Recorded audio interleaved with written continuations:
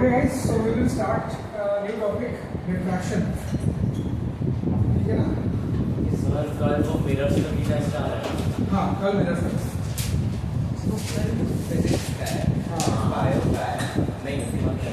ये सब बातें करने का बात नहीं है, पहले यहाँ पे ठीक है, वो आपने नीचे तक डिस्कस कर लेना, सबको सेम इन्फॉर्मेशन है।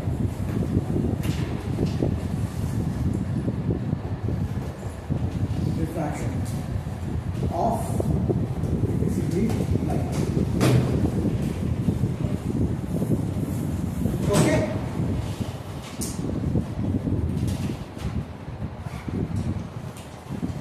Generally हमें क्या पता है? Light travels in a straight line.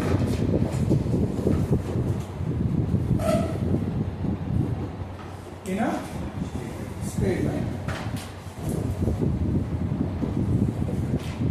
ये हम जानते हैं।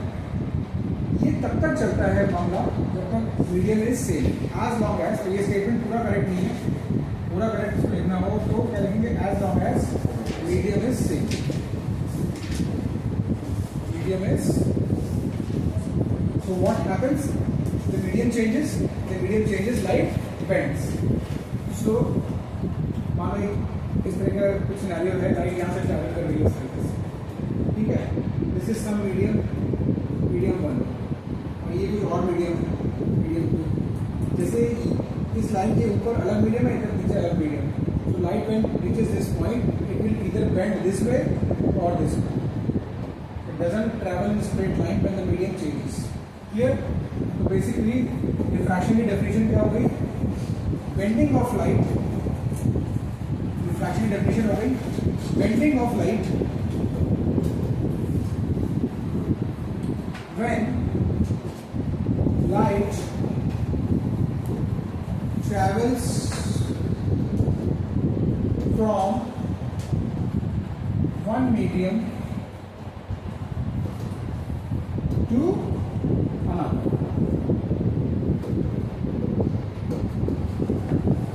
Bending of light when light travels from one medium to another. Guys, this वैसे तो फिनोमेना बहुत स्ट्रेट फॉरवर्ड है, बट लाइट के बहुत सारे कॉन्सेप्ट्स जो है वो इससे एक्सप्लेन होते हैं। सो वी हैव, अगर आपने देखा हो एग्जाम्पल, रियल लाइफ एग्जाम्पल्स,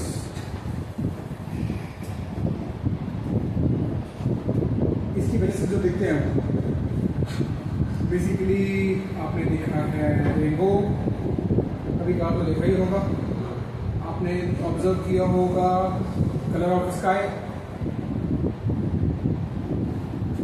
इसमें भी रिफ्लेक्शन एक छोटा सा पार्ट रहता है। फिर आपने ऑब्जर्व किया होगा डेप्थ ऑफ स्विमिंग पूल। कभी देखा है कि स्विमिंग पूल में गाइडलाइन लगी होती है, जो प्रोफेशनल स्विमिंग पूल्स होते हैं जहाँ पे मतलब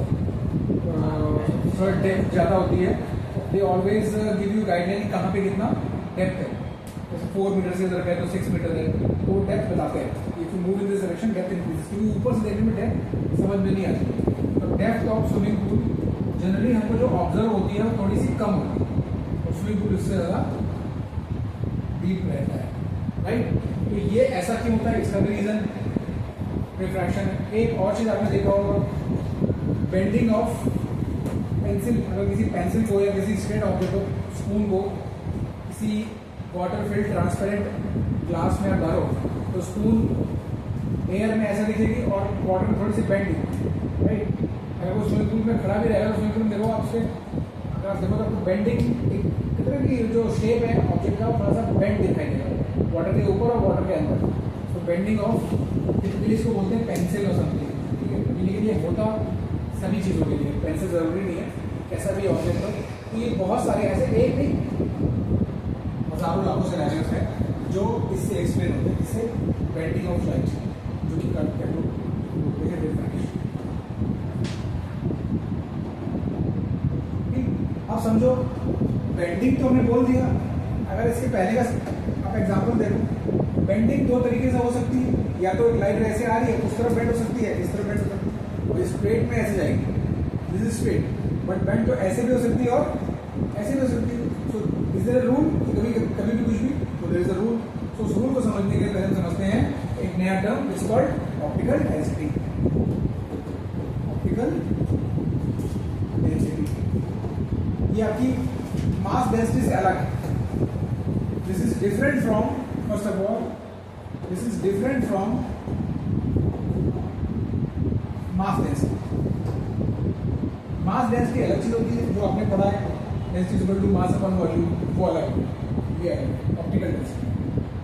ये कैसे डिफाइन होती है? Basically if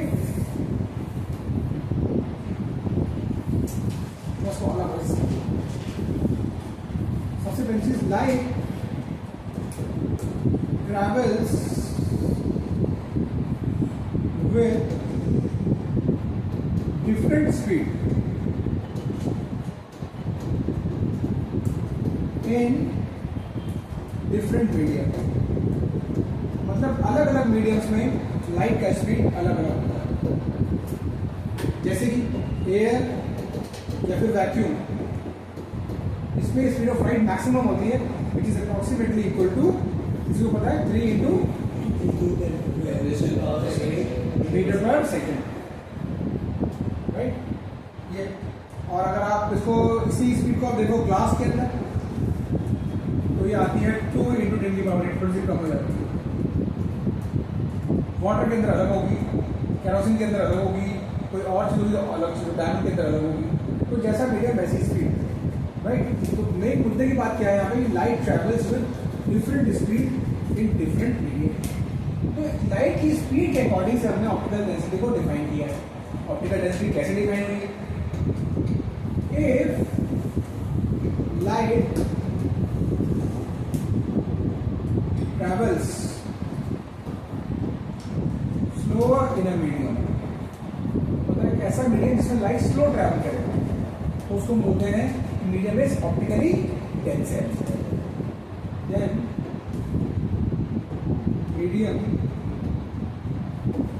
is optically denser. ये समझ गया कि स्पीड स्लो तो मीडियम डेंसर. तो मतलब स्लो स्पीड मतलब क्या? Dense medium. और अगर स्पीड फास्ट तो रेयर मीडियम.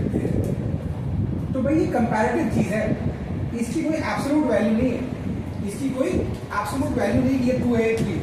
ये सिर्फ कंपैरिजन में बोली जाती है. क्यों? क्योंकि स्लो, फास्ट, डेंस, रेयर ये सब क्या है? कंपैरेटिव चीज है. तो आप बोलोगे ये क्लास में बोलेंगे हम बच्चे बैठे हैं, आप मतलब डेंस है. तो डेंस मतलब आप किसी चीज से कंपेयर कर रहे हो ना. कंपेयर मतलब जहाँ पे 2-4 बच्चे बैठे हैं तो बोलोगे आप रेयर क्लास है, रेयर. अगर बहुत बच्चे बैठे हैं 10 से ऊपर 12 तो डेंस क्लास है. तो आप कंपेयर कर रहे हो. तो ये दोनों ही चीजें कंपैरेटिव है, राइट. लेकिन हमें समझना कैसे कि लाइट अगर किसी मीडियम में 2 मीडियम लिया हमने, मीडियम 1 एक लिया, मीडियम 2, इसमें लाइट की स्पीड मान लो है 2 इंटू 10 की पावर 8, इसमें लाइट की स्पीड है 3 इंटू 10 की पावर 8. तो हम ये बोल सकते हैं medium 1 is optically denser as compared to medium 2. Medium 1 is optically denser as compared to medium 2 क्योंकि यहाँ पे स्पीड कम, जहाँ स्पीड कम डेंसिटी ज्यादा. ये याद, speed slow medium dense, speed fast. This is very different from mass density. ठीक. अब rules of bending ये हमने समझ लिया था. Rules of bending. अब ये हमारे पास 2 सिनेरियो हैं यहाँ पे, 2 सिनेरियो. ये है rare medium, optically rare medium, और ये है डेंस मीडियम. इधर है डेंस मीडियम और इधर है रेयर मीडियम. अब जो है लाइट रे आ रही है ऐसे, अभी ये रेयर से आ रही है और डेंस में जाने वाली है. कहाँ से? रेयर से आ रही है और डेंस में जाने वाला है. तो यहाँ पे हम देखेंगे कि बेंडिंग कैसी होती है. ये यहाँ पे आप नॉर्मल ड्रॉ करो, जो ये पॉइंट है यहाँ पे नॉर्मल ड्रॉ किया, मतलब परपेंडिकुलर ड्रॉ किया, एंड रेयर से डेंस में at a time it bends towards the normal. Towards the normal मतलब ये नॉर्मली अगर जाती सीधी, अगर मीडियम चेंज ना होता it would have gone straight. अगर मीडियम चेंज ना होता it would have gone straight. इसको बेंड करना है टुवर्ड्स द नॉर्मल. तो टुवर्ड्स नॉर्मल किधर है? इधर, उधर. इधर आएगी तो ये बेंड बन जाएगी इट हैज रोटेटेड और बेंड टूवर्ड्स द नॉर्मल। ये कब होगा? जब रेयर से डेंस में। जब उल्टा होगा, अब डेंस में है और रेयर में जा रही, वही सेम काम करोगे आप। You will draw a normal, normal draw करेंगे। अगर इसको स्ट्रेट जाना होता, मीडियम चेंज ना होता, तो ये इस तरीके से निकल गई light travels in straight line if there was no medium change. अब इसको बेंड होना है रिवर्स, मतलब अवे फ्रॉम द नॉर्मल। तो अवे फ्रॉम द नॉर्मल आप समझ सकते हो, अवे फ्रॉम द नॉर्मल ये ऐसे it has gone away from the normal. Normal किधर है? ये नॉर्मल है, नॉर्मल से दूर चले। ठीक, तो ये दोनों सिनेरियो अपने को पता होना चाहिए, पेंडिंग है, बहुत इंपॉर्टेंट कॉन्सेप्ट। ठीक, जैसे मैं आपको पूछ रहा हूँ एक चीज ऐसा है,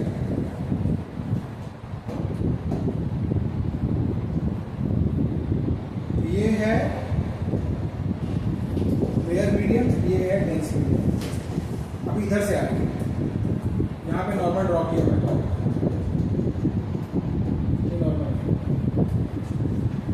how it will bend towards normal, so it will bend like this towards the normal, right? ये dense, ये है रेयर, इस तरफ से आए normal, away from the normal, मतलब राइट। अब इससे जुड़े कुछ टर्म्स देखेंगे, कौन से थ्योरी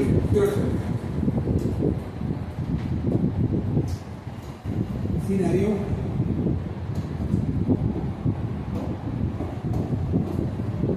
नॉर्मल बेंड।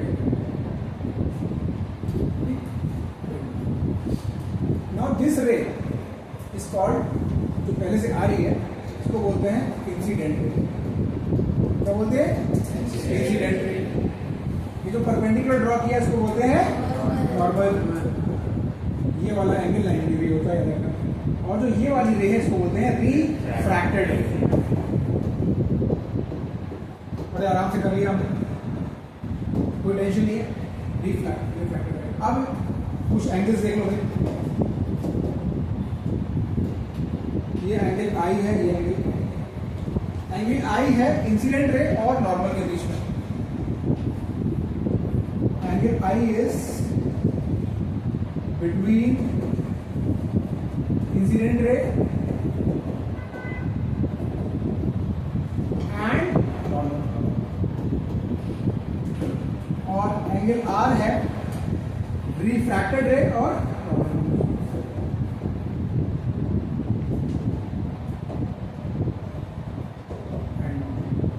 तो ये दोनों एंगल की डेफिनेशन समझो आप, इंपॉर्टेंट है।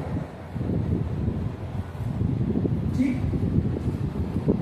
जब भी आप देखो ऐसा कुछ होगा कि it is bending towards the normal, मतलब ये अगर मीडियम रेयर होता और ये डेंस होता तो ये टूवर्ड्स द नॉर्मल आएगी। तो गाइस आई और आर में कौन बड़ा होगा? आई बड़ा होगा। तो ये समझ, इसका एमसीक्यू बनता है और समझ गए कि अगर रेयर से डेंस में आ रहे हैं तो angle I will be greater than angle. इसमें कौन सी बड़ी बात है? सीबीएसई बोर्ड में एमसीक्यू आता है, आईसीएसई बोर्ड में भी आता है, सिंपल क्वेश्चन है इसमें। क्यों? क्योंकि ये इधर कर रही है, और रिवर्स में क्या होगा? I will be lesser than R. मतलब अगर इस सिनेरियो हमने इसमें देखा होता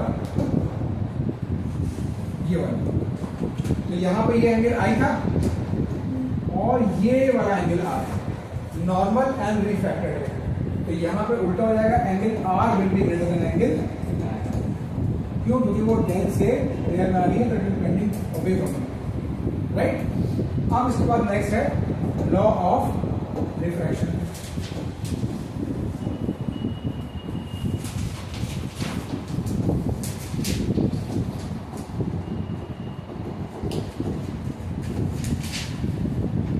लॉ ऑफ रिफ्रैक्शन दो लॉ है। पहला इंसिडेंट रे, ये वैसे ही है जो लॉ ऑफ रिफ्लेक्शन का।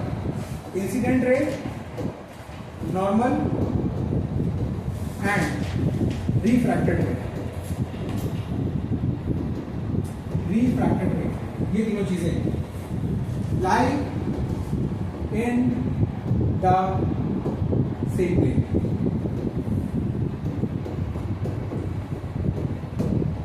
लाई इन द सेम प्लेन मतलब क्या?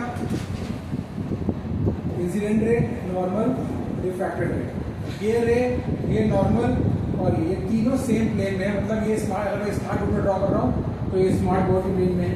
अगर अपने कॉपी में ड्रॉ कर रहे हो वो कॉपी के प्लेन में है। ऐसा नहीं वो कॉपी से बाहर निकल कैप्चर कर पाएगी, राइट? या फिर स्मार्ट बोर्ड से बाहर निकल कैप्चर कर पाएगी, ऐसा नहीं है। तीनों जिस भी प्लेन में होंगे सेम प्लेन में होंगे, सेम प्लेन में। पहला जो सेम है जो लॉ ऑफ रिफ्लेक्शन बेटा। लेकिन अब जो सेकंड लॉ है उसमें थोड़ा सा सीबीएसई बोर्ड की फोक्स को समझने की थोड़ी सी दिक्कत आ सकती है, क्योंकि आपने ट्रिग्नोमेट्रिक रेशियोज नहीं करती है। इसने पढ़ लिया उसको समझ में थोड़ा बहुत आपको पता ही होगा। जो बच्चे यहाँ पे लास्ट ईयर थे तो मैंने पढ़ाया था, ठीक है?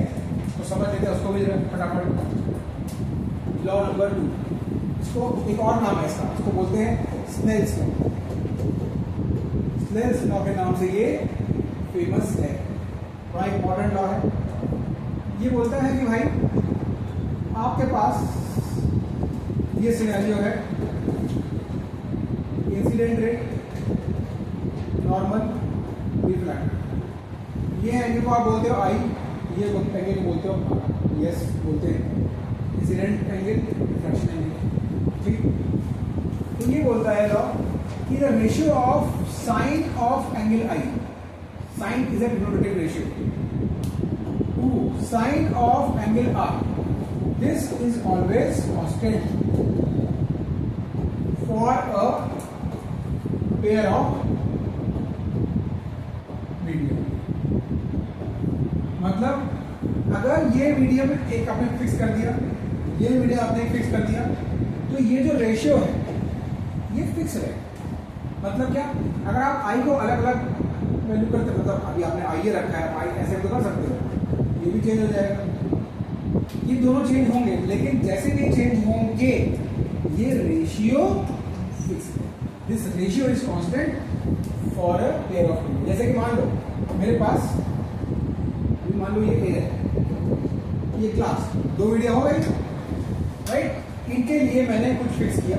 मान लो एक बार जिसमें आपको बता रहा हूँ, सपोज डेटा पे मत जाओ, तो सिनेरियो बता रहा हूँ समझो। ये मान लो ऐसे मैंने एक सिनेरियो बनाया, ये क्लास में मेरी बैठी, ठीक? मान लो ये एंगल 45, ठीक? ये एंगल मान लो 30 आया किसी सिनेरियो में, तो हमने निकाला sine 45 degree upon sine 30 degree. अब आपने ये चेंज कर दिया, अब आपने इसको कर दिया 60 डिग्री, और मान लो कुछ समय ये हो गया 40 डिग्री। तो ये रेशियो कांस्टेंट आएगा, मतलब साइन 60 अपॉन साइन 40। आप इसको और इसको चेंज कर सकते हो, लेकिन जब तक ये मीडियम फिक्स है, ये रेशियो कांस्टेंट है। Is it understood? This ratio is constant, यही स्नेल्स लॉ। जिनको अभी ये साइन कॉस नहीं समझ में आ रहा, अभी इसकी प्रॉब्लम हम थोड़ा स्किप करेंगे, जो इससे रिलेटेड होंगे वो हम स्किप करेंगे। ट्रिग्नोमेट्री जून में पढ़ने के बाद उसको फिर से रिविजन करेंगे। लेकिन आप इतना ध्यान रख सकते हो कि डीएम स्नेल्स लॉ ये बोलता है कि sine I upon sine R constant होता है। अभी के लिए आप प्लीज ये statement, sine I upon sine R, I क्या है? एंगल ऑफ इंसिडेंस, आर क्या है? Angle of refraction. इन दोनों का साइन लोगे, उसका रेशियो निकालोगे तो वो कांस्टेंट आएगा। ये है सेकंड लॉ, ठीक? अब नेक्स्ट चीज में है बड़ी इंपॉर्टेंट चीज, वो है रिफ्रैक्टिव इंडेक्स। रिफ्रैक्टिव इंडेक्स में समझिए, मैंने बोला कि ना बहुत सारी थ्योरी है, पहले थ्योरी पढ़ी जाती है, उसके बाद एप्लीकेशन। तो थ्योरी का नेक्स्ट पार्ट है रिफ्रैक्टिव इंडेक्स। अब जो कांस्टेंट है ना, ये कांस्टेंट बात हो रही है, ये कांस्टेंट क्या है उसकी बात हो रही है। Sine I upon sine R, इसको हमने बोला कांस्टेंट। बढ़िया, कोई भी कांस्टेंट नहीं, कोई भी कांस्टेंट नहीं, इसका एक स्पेसिफिक नाम है और उसको हम बोलते हैं डियर रिफ्रैक्टिव इंडेक्स। जरा हमको रिफ्रैक्टिव इंडेक्स की डेफिनेशन समझनी है कि भाई ये क्या चीज़ है। यहाँ पर मैं सिर्फ इतना बोल रहा हूँ sine I by sine R एक कांस्टेंट है और कांस्टेंट क्या है रिफ्रैक्टिव इंडेक्स। अब मैं आपको समझाने जा रहा हूँ ये क्या चीज़ है रिफ्रैक्टिव इंडेक्स। देखो स्पीड ऑफ लाइट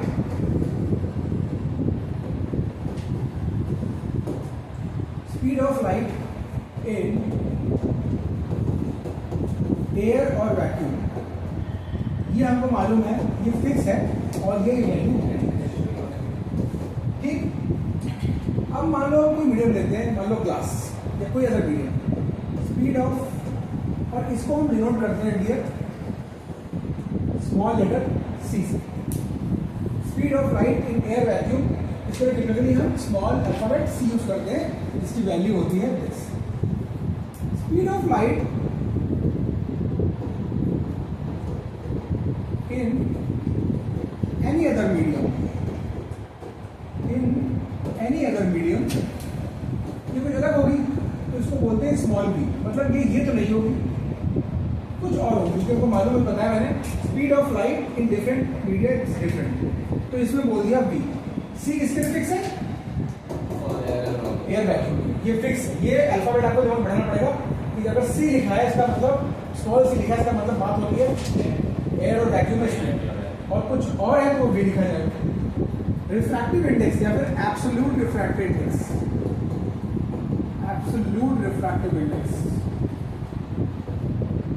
ये एक नया टर्म आप सीख रहे हो गाइस, नई चीज। इसको डिफाइन किया गया है speed of light in air और vacuum ratioed over speed of light in any other medium। ये होता है absolute refractive index of this medium, of medium. ये एक नया टर्म डिफाइन किया, दिस इज अ डेफिनेशन। तो इसमें कुछ कॉन्सेप्ट नहीं है, ये डेफिनेशन है। This is a definition, absolute refractive. जैसे बोलते हैं ना कि भाई एक्सेलरेशन को डिफाइन किया गया है, change in velocity upon time, ये डेफिनेशन। एग्जांपल देख लेते हैं। जैसे मान लो ग्लास में जो स्पीड होती है, अगले पेज पे करेंगे, अगले पेज पे करेंगे। ग्लास में और ग्लास स्पीड जो होती है, ये को मालूम है कि 2 × 10⁸ मीटर पर सेकंड है। एयर वैक्यूम मालूम है, तो ग्लास का रिफ्रैक्टिव इंडेक्स इसको लिखेंगे n, स्मॉल n यूज करते हैं। आईसीएसई बोर्ड में इसको बुक्स में म्यू लिखेंगे। बहुत सारे बुक्स में से आप 11th में जाओगे तो एनसीईआरटी में n यूज होता है, एचसी वगैरह में म्यू यूज होता है। कुछ बुक्स जो हायर थोड़ी सी अच्छी बुक्स ज़्यादा हैं, they tend to stick to mu. थोड़ा एलिमेंट्री लेवल पे इसको एन यूज करते हैं। किसी जगह इसका टीचर आता है क्लास में म्यू बोलते हैं, एन बोलते हैं, समझ जाना ठीक है। दोनों ही रिफ्रैक्टिव इंडेक्स करेंगे, ठीक है, एन या फिर म्यू। बट किसका एन रिफ्रैक्टिव इंडेक्स सबका सेम नहीं होता। हम किसकी बात कर रहे हैं अभी? ग्लास के रिफ्रैक्टिव इंडेक्स ऑफ ग्लास, ये आ जाएगा C/V, speed of light in air vacuum, which is C ratioed over V। यहाँ पे भी C/V, C कितना है? 3 × 10⁸, तो फिक्स है। एयर वैक्यूम ये कितना दे दिया आपने को? 2 × 10⁸, हैप्पी बर्थडे, 1.5। अब ये रेशियो है, इसमें यूनिट नहीं होती, no unit for refractive index, it's just a ratio, it's just a ये आ गया 1.5। ठीक, जैसे अभी वाटर का देख लेते हैं। ठीक, वाटर में मान लो स्पीड दे दी अपने को फॉर वाटर 4/3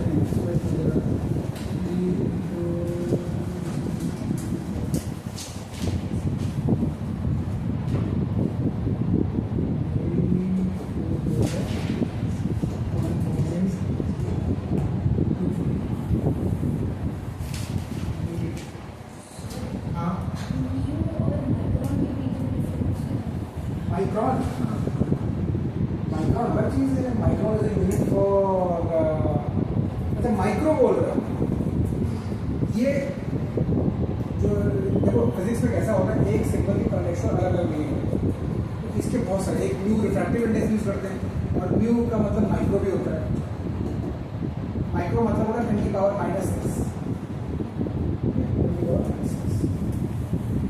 ठीक।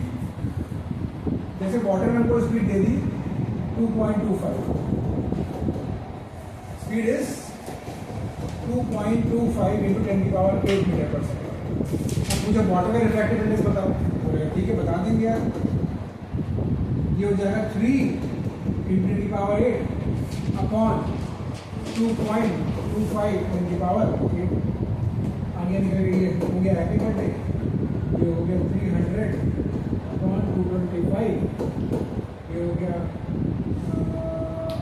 12, हाँ, और ये कितना हो गया 9, तो मतलब 4/, ये आ गया रिफ्रैक्टिव इंडेक्स। तो किसी भी मीडियम का रिफ्रैक्टिव इंडेक्स निकालना है, मतलब speed of light in air vacuum which is always fixed 3 into 10 की power 8 on in that medium जो भी स्पीड हमको दी। कभी कभी पूछते हैं कि रिफ्रैक्टिव इंडेक्स का मतलब क्या है, तो ये तो डेफिनेशन हो गई, फॉर्मूला हो गया, बट इसका मतलब क्या हुआ? मतलब ये है कि आप खुद समझो, आप अगर refractive index of a medium is higher, मतलब बहुत ज्यादा है, इसका मतलब ये हुआ कि speed of light is lower in the medium, speed of light is lower. क्यों? क्योंकि डिफाइन ही आपने ऐसे किया n is equal to c by v, तो भाई ये जितना कम होगा, डिनोमिनेटर जितना कम होगा, ये नंबर उतना बड़ा होगा, क्योंकि ये तो नंबर फिक्स है। उन्होंने बोला भाई हम तो चेंज नहीं होंगे, तुम समझ लो अपना, तो ये समझ रहा है, कभी कम हो रहा है, ज्यादा हो रहा है। If you make this low low low, this will become high है। इसलिए देखो ग्लास में स्पीड जो थी 2 इंटू 10 की पावर 8 होती, ये ग्लास में स्पीड है, तो इसका रिफ्रैक्टिव इंडेक्स आता है 1.5, और वाटर का रिफ्रैक्टिव इंडेक्स, यहाँ पे वाटर की स्पीड जो थी वो थी 2.25 10 की पावर 8, तो ज्यादा है ना स्पीड, उससे ज्यादा है ना, तो इसका रिफ्रैक्टिव इंडेक्स कम है, इसका 4/3 आएगा गाइस, अभी निकाला, ये 1.33, ये 1.4, मतलब ज्यादा रिफ्रैक्टिव इंडेक्स मतलब स्पीड कम, ज्यादा रिफ्रैक्टिव इंडेक्स मतलब स्पीड कम। जितने ज्यादा रिफ्रैक्टिव इंडेक्स होगा मीडियम का, लाइट की स्पीड उसमें भी कम होती जाएगी। तो one question comes in both the boards कि what do you understand by refractive index, मतलब ऐसे बोला जाता है, क्वेश्चन इस तरीके से आता है, क्वेश्चन इस तरीके से आता है, what is meant by statement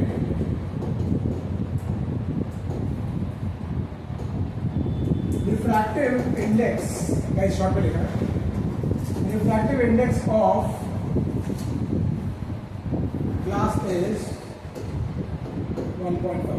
इसका मतलब प्रॉब्लम लेकर चला गया, इसका बिजनेस मीनिंग बताओ, मतलब ये नहीं क्या बता दो कि this is 1.5 is equal to c by v, तो उसको ही पता, इसका एक्चुअल फिजिक्स वाइज क्या होता है, तो इसका आंसर ऐसे लिखते हैं हम लोग, this first refractive index of glass is 1.5 implies that speed of light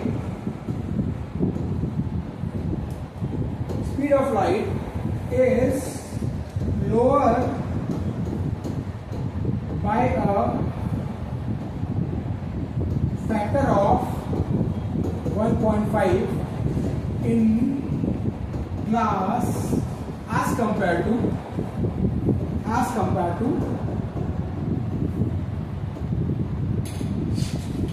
speed in air or tune।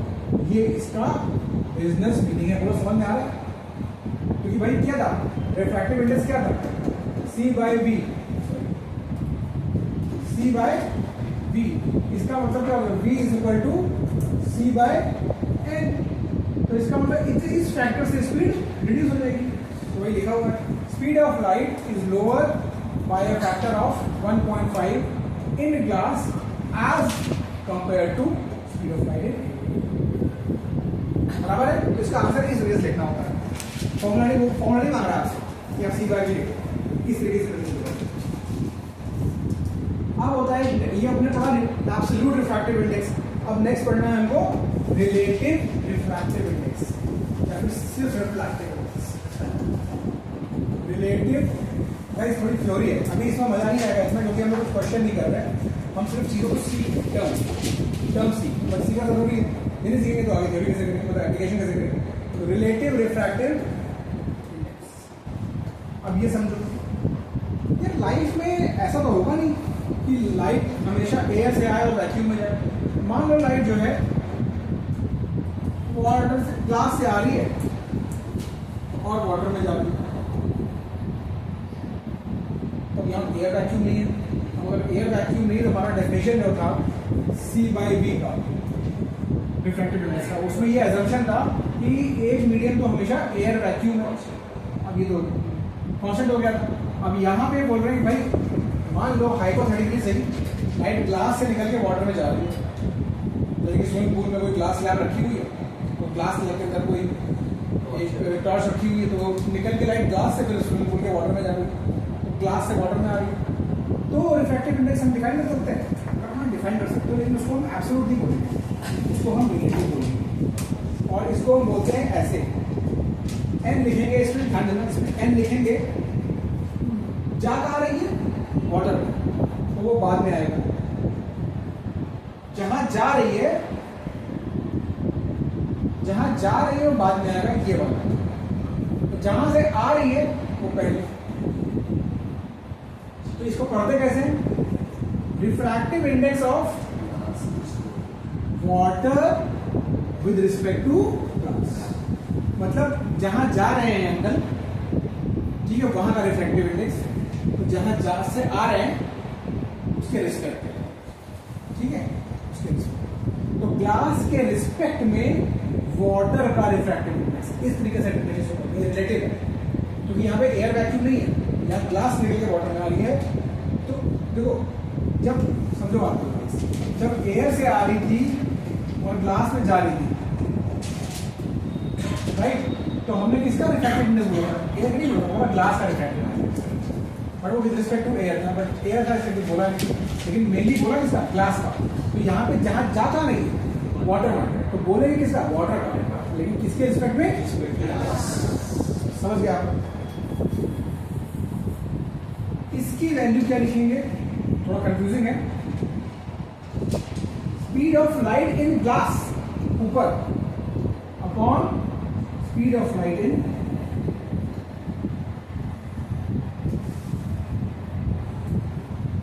Actually same है।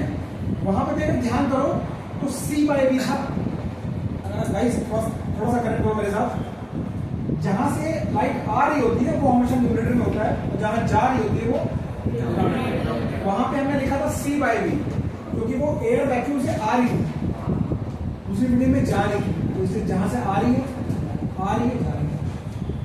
आप कहां से भी ग्लास से, अगर मैं इसी चीज को बोलूं कि भाई उल्टा कर दे वाटर से निकल के ग्लास में, तो बोलोगे फिर क्या फर्क पड़ता है, इसको ऊपर कर देंगे, क्योंकि जहां से आ रही है वो ऊपर, जहां जा रही है वो। एक चीज से आपने और समझ ली कि अगर ये मैं लिखूं तो बिल्कुल गलत नहीं होगा। Refractive index of glass with respect to water, this will be 1 upon refractive index of water with खाली स्पीड्स रिवर्सल। तो अगर आप मीडियम्स इंटरचेंज करोगे तो रिफ्रैक्टिव इंडेक्स जो होगा वो रेसिप्रोकेट हो जाएगा, रेसिप्रोकेट हो जाएगा। ये छोटी छोटी चीजें हैं गाइस जो हमें पता रखनी, important for numericals, important for numericals. मेरे साथ समझने की कोशिश करो, कुछ बड़ी चीज नहीं है, बिल्कुल सिंपल है। लाइफ हैज सिमेट्री, भाई यहां से आ रहे हो यहां जा रहे हो, तो एक रिफ्रैक्टिव इंडेक्स आ रहा है ये वाला। अब रिवर्स किया तो स्पीड रिवर्स हो जाएंगे, भी रिवर्स हो जाएगा। कॉन्सेप्ट क्या याद रखना है, ऊपर कौन सी स्पीड होगी? इंसिडेंट मीडियम की, मतलब जहां से वो आ रही। नीचे कौन सी स्पीड होगी? जहां वो जा रही है। ये चीज रखना चाहता है। No one can confuse you if you understand and clarify this, put up your mind भाई ये स्ट्रेट है एकदम फॉर्मूला, तो कुछ कंफ्यूजन नहीं है।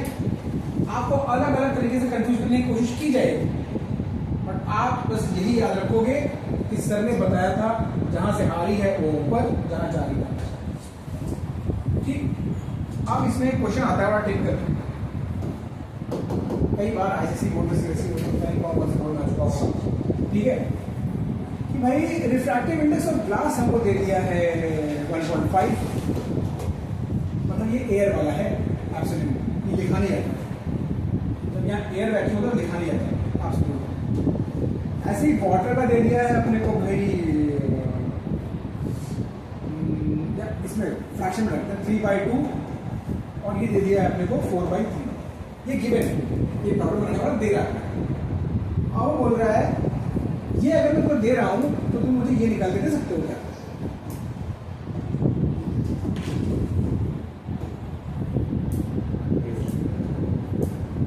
Absolute refractive index of glass दे दिया एयर के रिस्पेक्ट में, absolute refractive index of water दे दिया एयर के रिस्पेक्ट में। अब बोल रहा है ग्लास का रिफ्रैक्टिव इंडेक्स निकालो वाटर के रिस्पेक्ट में। तो बोलो ठीक है, जो तुम बोलोगे वो हम करेंगे। आपको ये चाहिए, इसका मतलब जहां से आ रही है वो ऊपर, जहां जा रही है वो नीचे, तो पहले फॉर्मूला लिख दिया। अब यार अपने को तो ये दिया हुआ था, ये कहानी तो अपने पास निकालनी है, तो अब ये स्पीड तो है नहीं अपने पास है, अपने को तो रिफ्रैक्टिव इंडेक्स दिए। लेकिन आपको मालूम है कि भाई अगर इसको हम लिखना चाहें तो अगर थोड़ा सा ध्यान देना, थोड़ा सा C/VG, जो समझदार बच्चे हैं तुरंत समझ जाएंगे सर ने क्या किया।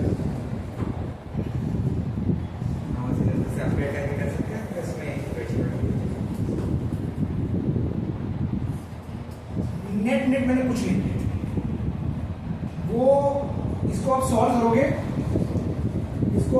करोगे तो क्या होगा? C/VG into VW upon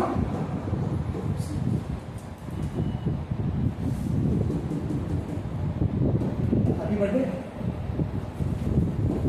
VW/VG। But हुआ क्या फायदा इससे मैं आपको फॉर्मूला बताने वाला हूँ, ये बार बार आपको ऐसे नहीं करना पड़ेगा, पहले समझ लो बस। ये हो गया। अब मालूम ये यार क्या था यार, ये तो वही लिखा है नहीं है, इसकी डेफिनेशन में लिखते तो क्या लिखते हैं? C/VG लिखते, तो ये हो गया NG अपॉन, और ये क्या हो गया? C/VW, मतलब एंटर। तो गाइस WNG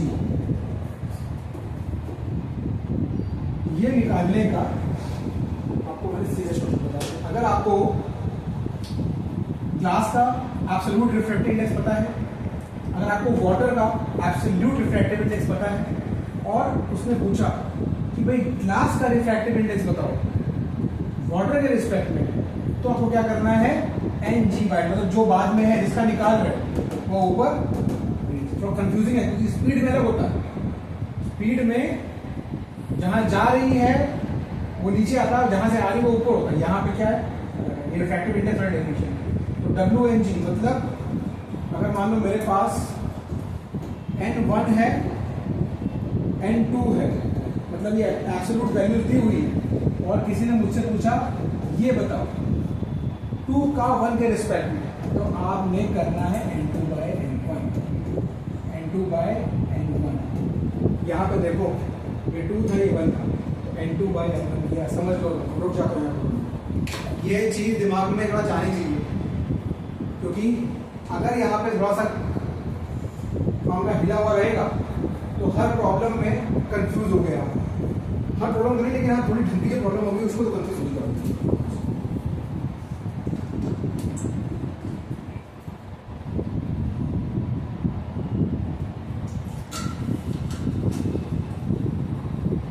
फिर से कर दो रिपीट एक बार। कुछ नहीं है, मतलब यहाँ फ्रेश देखो, मान लो मैंने दे दिया डायमंड, डायमंड का रिफ्रैक्टिव इंडेक्स मैंने दे दिया जैसे 2.4, ठीक। वाटर का रिफ्रैक्टिव इंडेक्स दे दिया आपको 1.33। अब मुझे पूछा गया कि डायमंड का रिफ्रैक्टिव इंडेक्स चाहिए बट एब्सोल्यूट वाला नहीं, वाटर का रिस्पेक्ट ये चाहिए। तो आपने बोला सॉरी थैंक यू दोस्त, दोनों एक साथ एंडी बाय।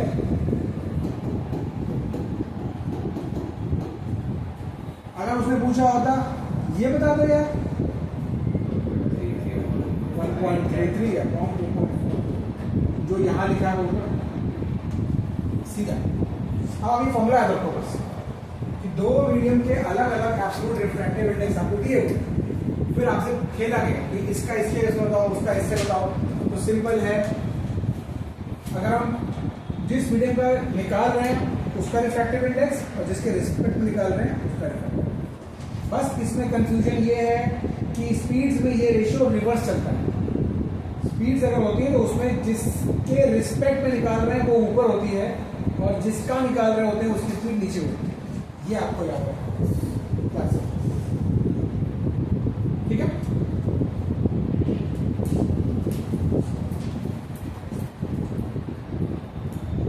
ओके, क्वेश्चन कुछ इस तरह के भी बनते हैं।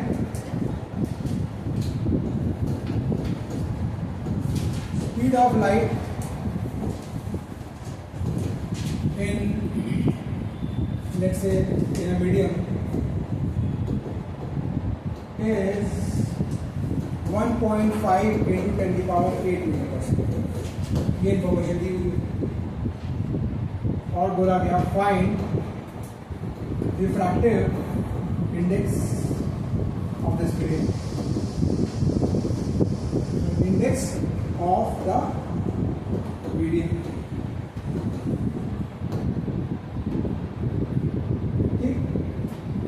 ये जो दी हुई है ये होता है पी, क्योंकि पी हम यूज करते हैं किसी और मीडियम में स्पीड की लाइट के लिए 1.5 10 की पावर 8 मीटर पर सेकेंड।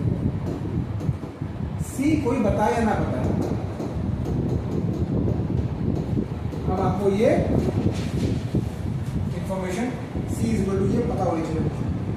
तो यहां से रिफ्रैक्टिव इंडेक्स की डेफिनेशन आ गई, C by V formula C था 3 into 10 की पावर 8, डी था 1.5 into 10 की पावर 8, 2 रिफ्रैक्टिव इंडेक्स आ गया, ठीक। चलो अब हम पढ़ते हैं, आगे बढ़ते हैं क्योंकि अब थोड़ा समय भी चाहिए, जाने वाले कौन ऊपर है। refraction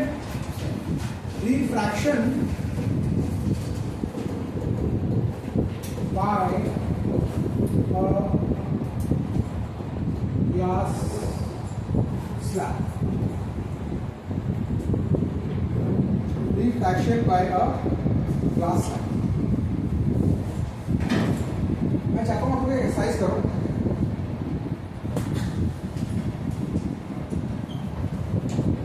अपनी कॉपी पे ना एक ऐसा स्लांटिंग मतलब थोड़ी सी ऐसी लाइन ड्रॉ करो,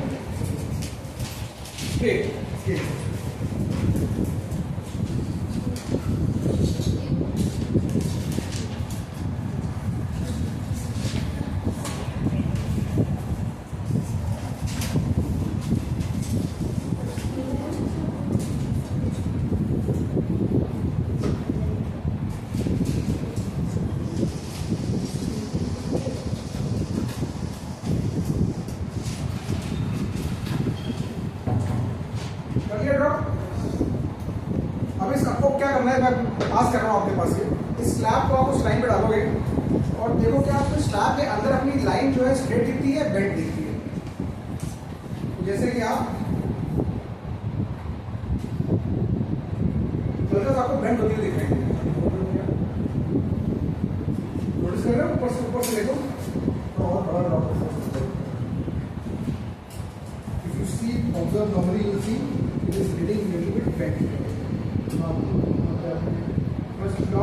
बेंड ड्रॉ करो। हाँ इस पे जरूर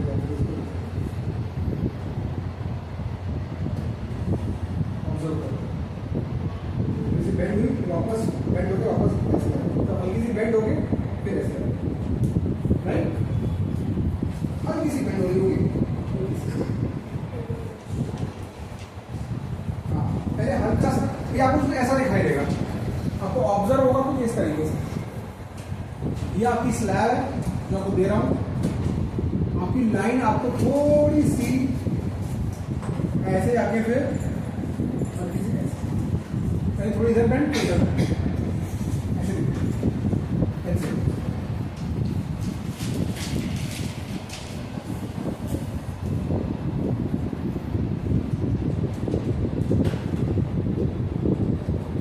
और माइन्यूटली ऑब्जर्व करना पड़ेगा कि आपका ये जो बेंडिंग है वो हल्की से होगी, बहुत हल्की। बट आपको रिवर्स डायरेक्शन में पहले इधर बेंडिंग दिखाई देगी, फिर रिवर्स में ऐसी बेंडिंग दिखाई देगी। हाँ वही चीज यहाँ पे रेयर से डेंस है तो ये टुवर्ड्स द नॉर्मल आएगी, फिर डेंस से रेयर में आएगी तो अवे फ्रॉम द नॉर्मल में जाएगी। ये आपको ऑब्जर्व होनी चाहिए, अगर आप बहुत ध्यान से इसको ऑब्जर्व करें।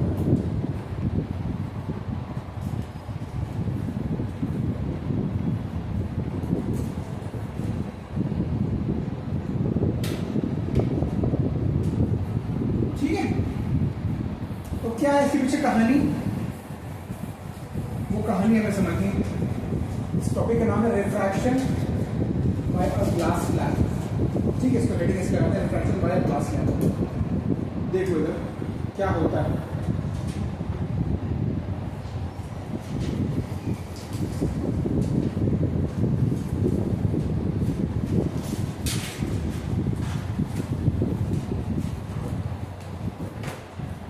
अच्छे से और ऑब्जर्व करो, तो ये लाइन थोड़ा सा ज़्यादा स्लैंडिंग करो, तो ज़्यादा स्लैंडिंग होगी ना उसको बेंडिंग ज़्यादा दिखेगी। तो हम आपको थोड़ा सा ऐसा ठीक। तो यहाँ पे हमने लेनी कोई रे ऑफ लाइट इस तरीके से, ये हमारा पॉइंट ऑफ इंसिडेंस है, इसको हम बोलते हैं इंसिडेंट रे, इसको हम बोलते हैं इंसिडेंट रे। यहाँ पे हमने ड्रॉ किया गाइस नॉर्मल, बहुत क्या जो कॉन्सेप्ट सीख चुके हैं तो उसी के ऊपर है। ये हो गया हमारे पास एक नॉर्मल। अब ये है एयर, ये है ग्लास। एयर रेयर मीडियम है, ये डेंस मीडियम को मालूम है, तो ये कैसे बेंड होगी towards the normal. Towards the normal अगर इसको हम बेंड करेंगे तो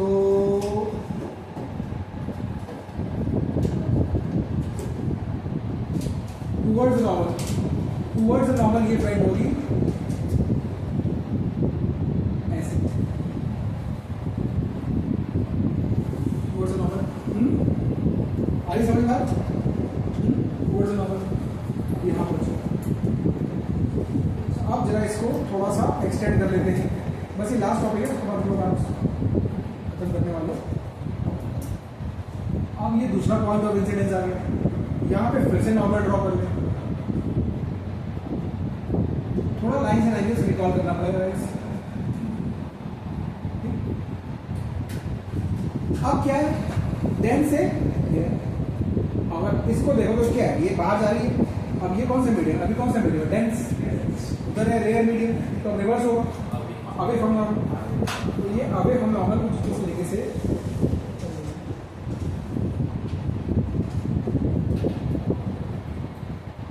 अवे फ्रॉम नॉर्मल।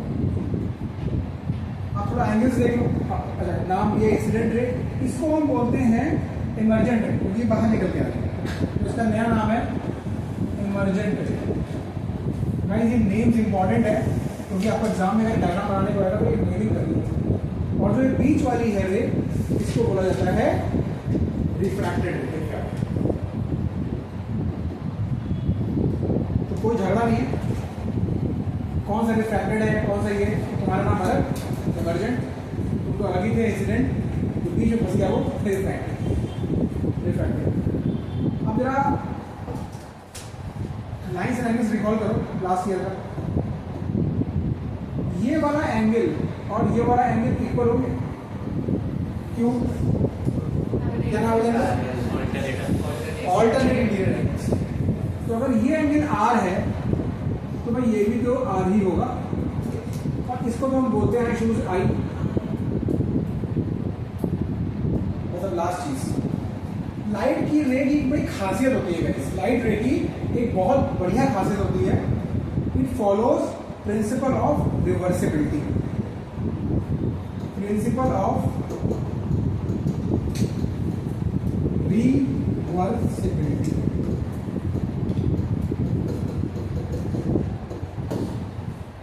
ये क्या बोल रहा है कि अगर आप incident ray sorry incident angle को रिफ्रैक्शन एंगल बना दो तो जो इंसिडेंट एंगल था वो रिफ्रैक्शन एंगल बन जाएगा। मतलब इस पॉइंट के लिए ये एंगल ऑफ इंसिडेंस था और ये एंगल ऑफ रिफ्रैक्शन था।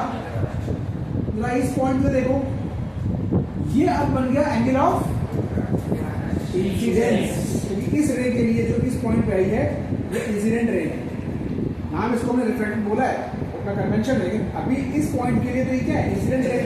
तो ये एंगल आर, तो इसका मतलब जो पहले आर था अब वो आई बन गया, तो इसका मतलब जो पहले आई था अब वो आर बन जाएगा। इसका मतलब ये एंगल, ये रिवर्सिबिलिटी प्रिंसिपल कि अगर आप आई आर इंटरचेंज करोगे तो लाइट रे के एंगल से वैसे ही इंटरचेंज होंगे। मतलब if R becomes I then I becomes R, it's called principle of reversibility. ठीक है, इससे एक चीज और निकली है कि अगर ये एंगल आई है और ये एंगल भी आई है, इसका मतलब नॉर्मल से ये जितना बेंड थी नॉर्मल से भी उतना बेंड है, तो इसका मतलब ये जो रेज है पहले ओरिजिनल रे, अगर कोई स्लैब ना होती, कोई स्लैब नहीं होती पिक्चर में, तो ये अच्छी खासी स्ट्रेट जा रही थी। तो अभी भी अगर आप देखो तो इसके डायरेक्शन में कोई चेंज नहीं हुआ है, ये आई से ऐसे बन है, ये आई से ऐसे बन, तो डायरेक्शन एक लाइन से ये भी नॉर्मल है, ये भी नॉर्मल है, ये दोनों पैरेलल लाइंस हैं। ये ऐसे थी, ये आई एंगल ऐसे, तो ये दोनों कैसे हो गए आपस में, ये और ये पैरेलल हो गए, क्योंकि दोनों का एंगल सेम है इस नॉर्मल से। तो लास्ट में आपको ये लिखना है, because of this incident ray and emergent ray are parallel. Incident ray ये वाली ग्रीन रे और ये वाली रे दोनों पैरेलल हैं। मतलब इसको लाइट के रे ऑप्टिक्स के लाइट के कन्वेंशन में बोला जाता है कि there is no deviation in the original ray. पहले भी ये ऐसे ही जा रही थी, अभी भी ये ऐसे ही जा रही है, इसके डायरेक्शन में कोई चेंज नहीं आया है, सिर्फ थोड़ी सी खिसक गई। It has just got laterally displaced, इसको बोलते हैं लैटरल डिस्प्लेसमेंट। ये जो चीज ये डिस्टेंस आई है, मतलब पहले रे ऐसे थी, अब ये इधर आ गई, तो जितना ये डिस्प्लेस हुई है इसको बोलते हैं lateral displacement. D is called lateral displacement, and there is no deviation caused by glass slab. Glass slab ने सिर्फ इस रे को खिसका दिया, लेकिन अगर मैं बोलूं ये डायरेक्शन और ये डायरेक्शन गाइस ये पैरेलल रे, तो दोनों की डायरेक्शन सेम ही बोली जाएगी, नहीं बोली जाएगी। जैसे कि आप अगर यहाँ से कोकने चौक जा रहे हो तो एक लेन में चल रहे हो, सामने से कुछ आ गया जो आपको पसंद नहीं है, आप खिसक गए, तो जा तो अभी भी कोकने चौक ही रहे हो, डायरेक्शन तो सेम ही है, सिर्फ खिसक गए हो, तो यही चीज ठीक। There is no deviation caused by a exam perspective से इसके न्यूमेरिकल्स आपके सिलेबस में नहीं है। न्यूमेरिकल्स आपके स्टार्ट होंगे ग्रेड 12 मतलब इस इसका इसमें 11 में रेट ऑफ प्रॉफिट है ही पूरा 12 में। तो अब ये जो कैलकुलेशन है कितना डिस्प्लेसमेंट होगा, इसका एक फॉर्मूला होता है, लेकिन वो सब आपके सिलेबस में नहीं है। आपको अपनी बुक में दिखे कि sine R upon sine R, वो बाद में आपको मतलब ये बुक में डाला हुआ है, लेकिन उस पर आपके ऑफिशियल सिलेबस में, ठीक है। तो एग्जाम में क्या आएगा, एग्जाम में ये ड्रॉ करने, draw refraction by a glass and draw मतलब आपसे ये सब चीजें पूछी जो मैंने यहाँ सब लिखा हुआ सब आपको इंसिडेंट रे, रिफ्रैक्टेड रे, आप ताकत ट्रांसफर कर सकते हो, इंसिडेंट रे, रिफ्रैक्टेड रे, इमर्जेंट रे, ये सब नेमिंग, ठीक है। और ये एंगल्स इंपॉर्टेंट है, मतलब ये आर तो ये आर, ये आई तो ये आई, angles are very important. And then incident ray, emergent ray और पैरेलल आपको लिखना पड़ेगा, and there is no deviation caused, ये पॉइंट लिखने पड़ेंगे 1 2 3 4 ऑन द डायग्राम। वो मतलब अंडरस्टैंडिंग ठीक है guys. So will continue from this place in the next class. तब तक आप इसको प्रैक्टिस करिए, कोई होमवर्क नहीं, इसमें भी आपका सिर्फ काम है इसको रिवाइज करना जो भी मैंने आपको पढ़ाया है।